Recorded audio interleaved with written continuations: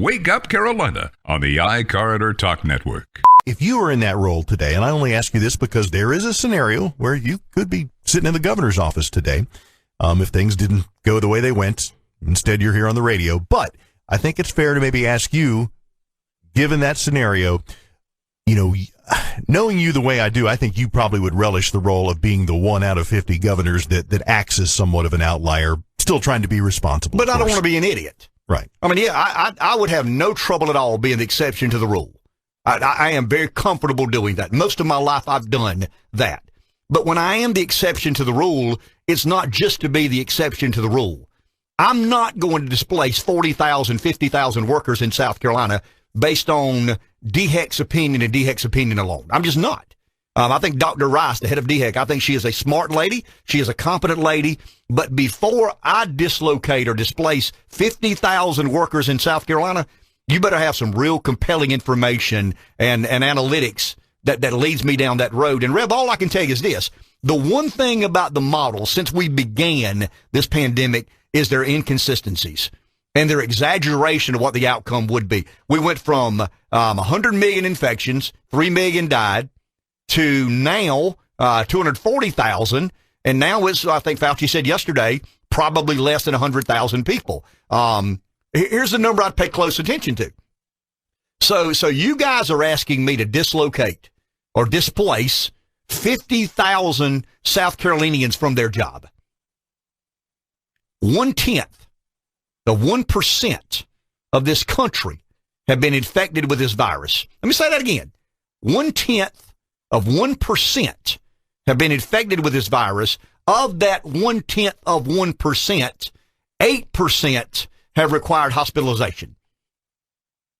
And you're going to ask me to displace 50,000 workers in our state, 1/3 of our economy. It's actually about 31% of our economy are in a medically induced coma. We have economic sanctioned ourselves. I mean, this is not China placing tariffs. This is not the superpower of the former Soviet Union and the threat of nuclear war. This is a judgment that our political leaders have made in basically putting 1/3 of the American economy in the deep freeze. I told the story yesterday, and this is so real to me. Steve was talking about real people living real lives and real accountability. My wife's a hairdresser. There's a couple of people in her universe who today don't have any money. They've not been able to work since Wednesday. One's a single mom, lives paycheck to paycheck. What is that person to do? I understand the theories. I understand the arguments. I understand the science. I understand the modeling. I understand the medical experts and the economists. I get all that. But the rubber hits the road at some point in time. And there are people that have been displaced from their job who don't have any money. And you go online and you fill out unemployment forms and it says, well, your money will be there in a couple of 3 weeks. What do you do in the interim?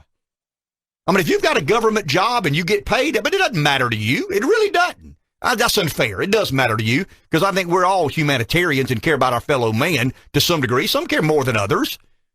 But I think if I were governor, to answer your question, you better have some real compelling information and analytics, and you better be damn sure of it.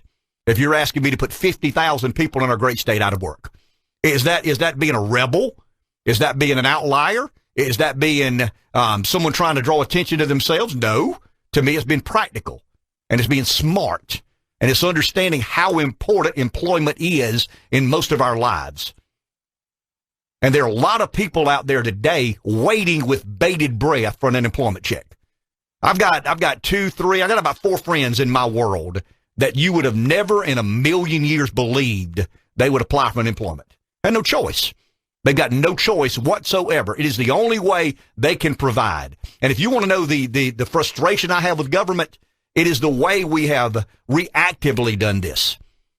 We tell people you can't work in your business. We tell business owners you can't open your business, but we're going to figure out a solution sooner or later. And then we got $25 million going to the Kennedy Center. And we, green energy. This is a hell of a time to get a green energy initiative started, isn't it? Mm-hmm. And you got people on the streets can't run their business. I mean, I can't help it. I get so aggravated. Have we seen the compelling evidence? No. I mean, Rev, every model has been discounted.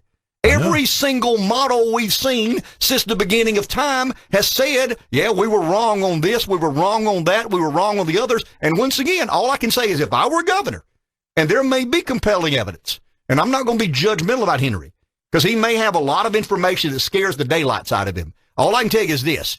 Every model that we've seen has been revisited, recalibrated to a place of a less threatening pandemic than initially and originally thought. Is it important? Absolutely. Is it serious? Sure it is. But I can tell you this, and you can call me a cowboy, you can call me a renegade, you can call me a COVIDiot. Before I put 50,000 people in this state out of work, you better have a lot more than I think DHEC has provided thus far. Wake Up Carolina on the iCorridor Talk Network.